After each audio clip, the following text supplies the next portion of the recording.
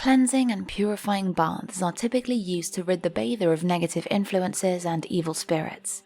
Although it's not always necessary, it's a good idea to perform a ritual bath before casting spells, especially if you're not feeling 100% present or in a clear state of mind. This pre-spell cleansing bath can be done at any time and will set the perfect mood for any kind of spell work, but particularly on those where we need to open a spiritual road, such as unblocking a path to success, money, love, or luck. You will need 1 teaspoon of rue, 1 teaspoon of bay leaf, and 1 teaspoon of rosemary. These should all be dried. If you're using fresh leaves, use 2 teaspoons of each. You can also add a white candle.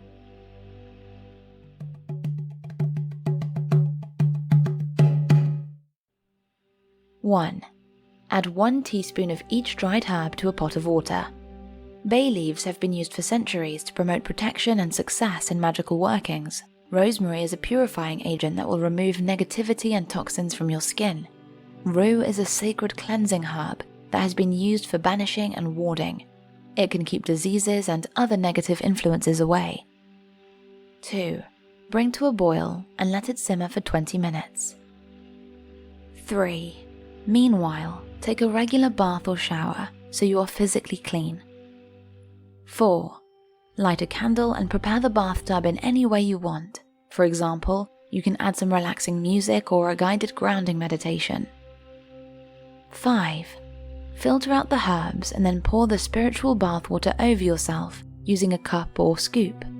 Start from your head and work your way down. 6. Relax and clear your mind during this time you have created just for yourself. 7. When you're done, it's best to air dry rather than towel dry.